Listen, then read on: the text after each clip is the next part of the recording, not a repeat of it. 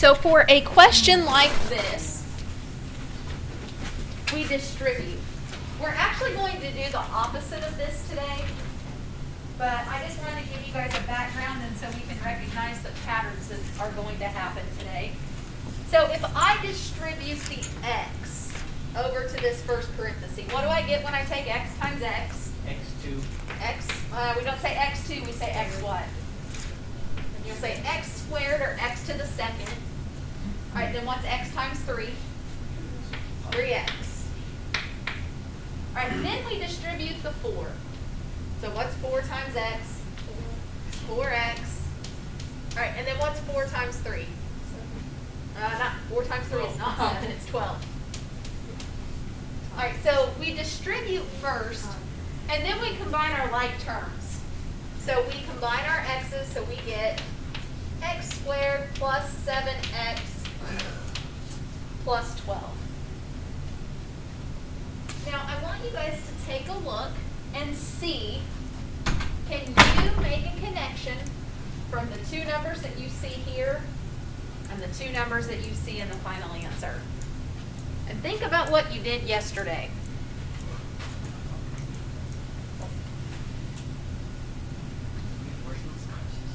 Huh?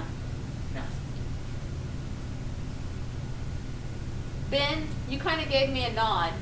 Do you see anything? They multiply all add.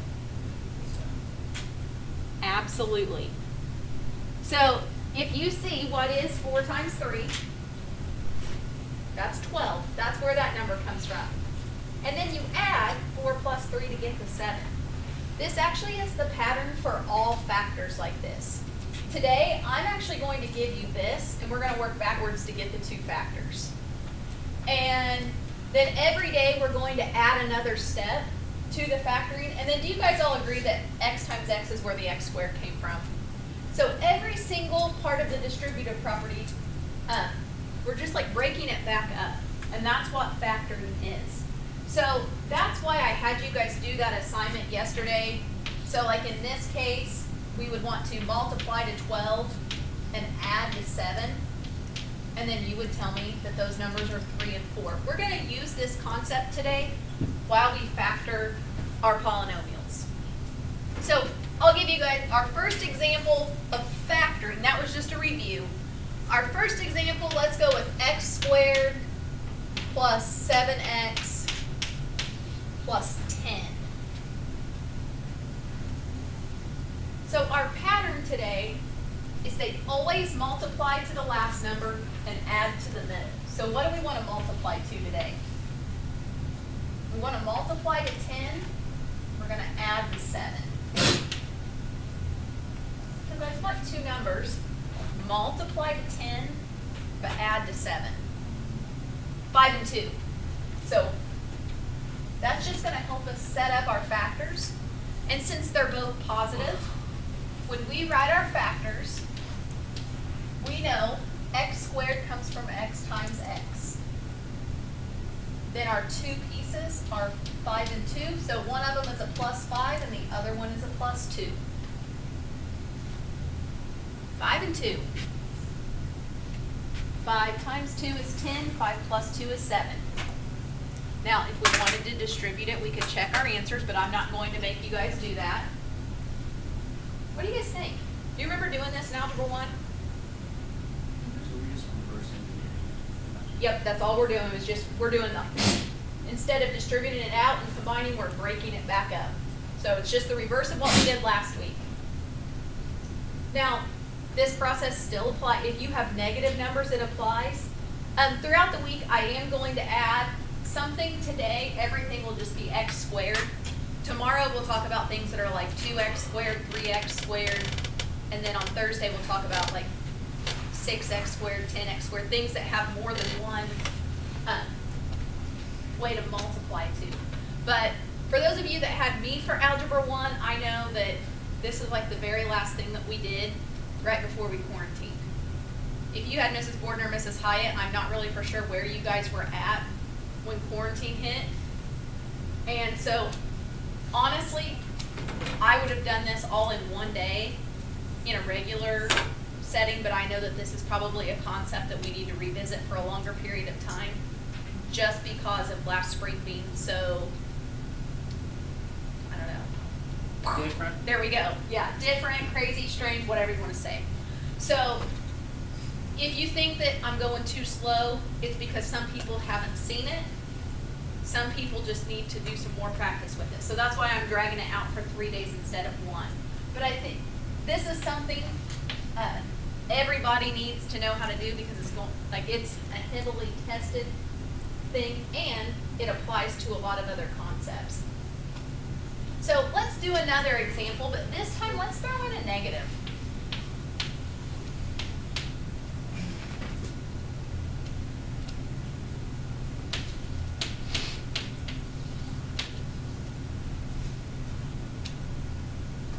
All right, so we have x squared plus 6x minus 27. Now on this one, what do I want to multiply to? Multiply to negative 27, and then I want to add to 6. So that's the top number is always the plus. That's always the multiply on the bottom. So there's actually a couple different ways you could multiply to 27. But what two numbers do you think could help us make 6? All right, can you say that a little louder? 9, -3. All right, do you guys agree with that? Yeah. 9 times negative 3 would be negative 27. 9 plus negative 3 or 9 minus 3 is 6. How come I can't do this? Don't change that. This is wrong. But why is this wrong? Because then you can't get the 6. That'd be a negative 6. You know, say that adds to negative 6, but we need a positive 6. So the one thing to always help you remember this with your negatives, if you need to add to a positive number, the bigger number will always be positive. Because that rules of adding and subtracting negatives, you always take the sign of the bigger number. So if you need a positive, the bigger number is positive. So to write our factors, it doesn't matter which one we write first, as long as the signs correspond to the right number. So you guys, are you optimist or pessimist? If you start out with a positive, they say that you're a positive person. What? So we have a positive 9 and a negative 3, but if you put the x minus 3 first and the plus 9 second, that's also okay. Okay. You're okay with that? All right, do you guys want to try one like this on your own with smaller numbers, and then on the other board I'll throw some big numbers in that we maybe, Josie, you had me for algebra. How many times do you remember making a list of all the different ways to multiply to numbers? A lot. So, and if you need to make a list of all the, if you can't think of the factor pairs off of the top of your head, you can make a list always. And we'll do some list ones over on the other side, but let's try a simpler one on your own. So let's do another negative one, but I want you guys to try it.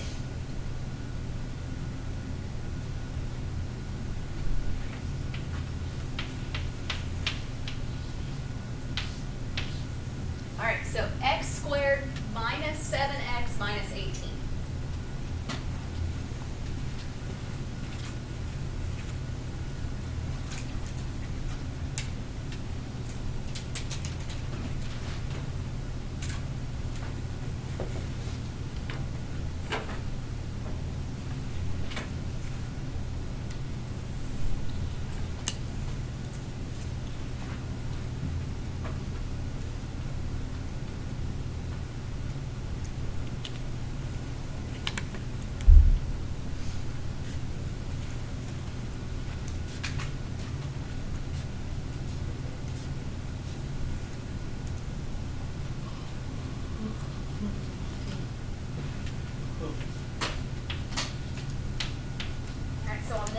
Are multiplying to negative 18, adding to negative 7.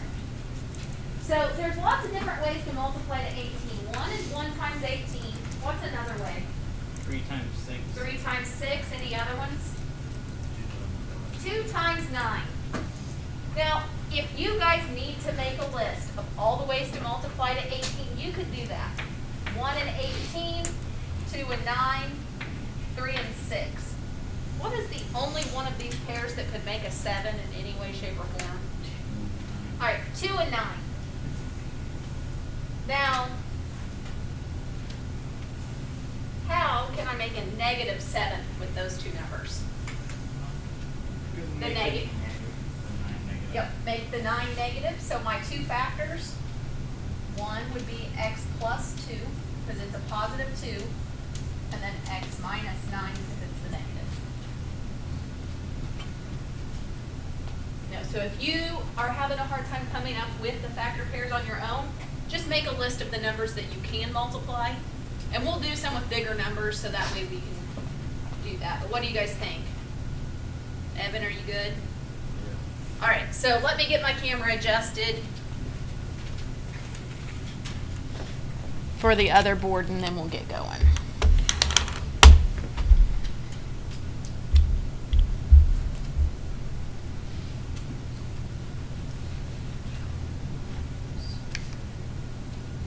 Hey Camden, actually I have you move back here. This seat, when that camera goes through, the only thing I can see right now is the top of your head.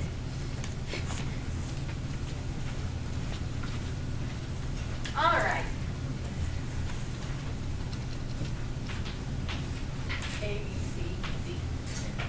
Yes. I'm gonna skew your top there for just a second.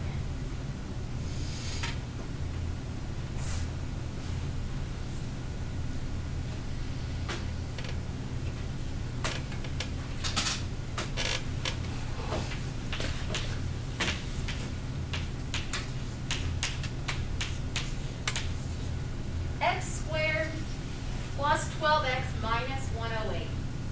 Does it really look any different than those examples on the left?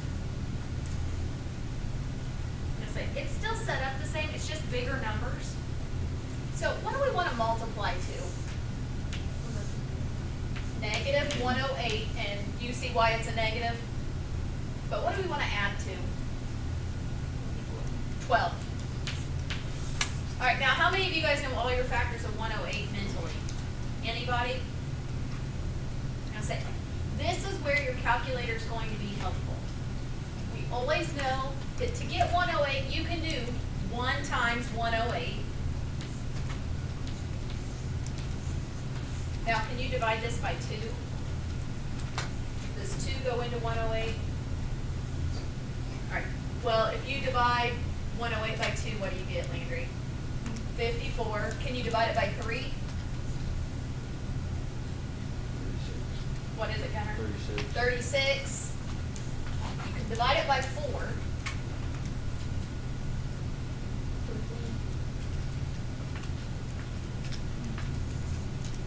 Is that right? All right. You can't divide it by 5 because it ends in an 8. But what about 6? 18. You can't divide it by 7. You can't divide it by 8, but you can divide it by 9. And then you can't divide it by 10 or 11. And then you would go back to 12. So once the numbers start getting close together, you know that you're going to get finished with your list. Now, out of these, can any of those make 12? All right, 6 and 18. How would I make it a positive 12? A negative 6 and a positive 18. So what do I want to write for my factors? I'm going to say, you could do plus 18. You can write the minus 6 first. That's totally up to you. The order doesn't matter as long as the signs match the right numbers. Now, I've got one more for you guys before I let you work on your assignment. And today your assignment's only 5 questions because number 6, I accidentally made one that I don't want you to do.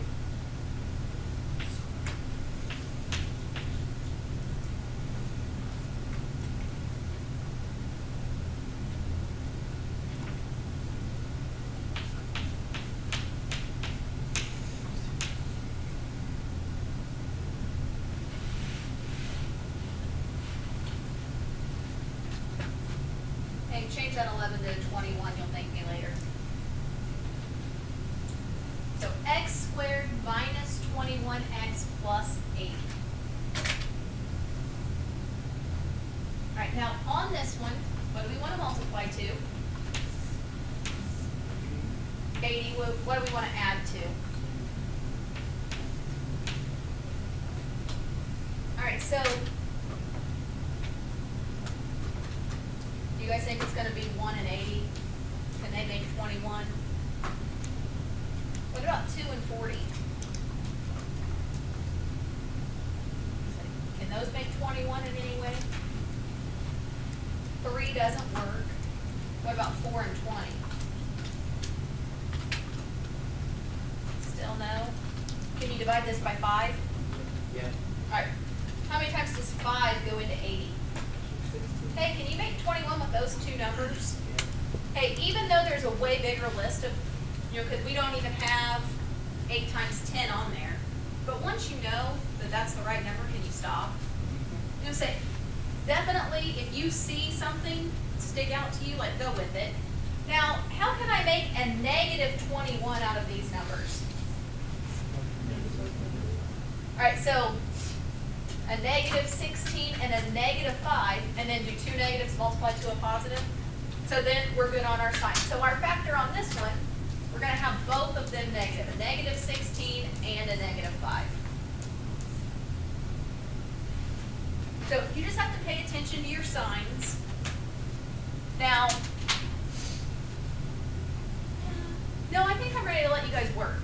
So I know some of you need to finish up the worksheet from yesterday. I put that it was due last night at midnight, but I did leave it open because I wanted to make sure people didn't have questions on it. So that's definitely your number one priority, is to get the worksheet from yesterday done. But if you're done with that, start on today's. So you guys have two things that you can be working on. If you have questions about anything, don't hesitate to ask.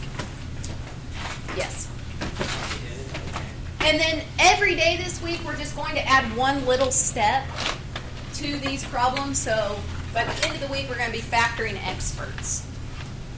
And I promise, the way I teach factoring with bigger numbers, and when we start adding a coefficient to x squared, I actually have a shortcut to do it that you probably didn't see in Algebra 1 unless you had me. So we will be adding to that tomorrow.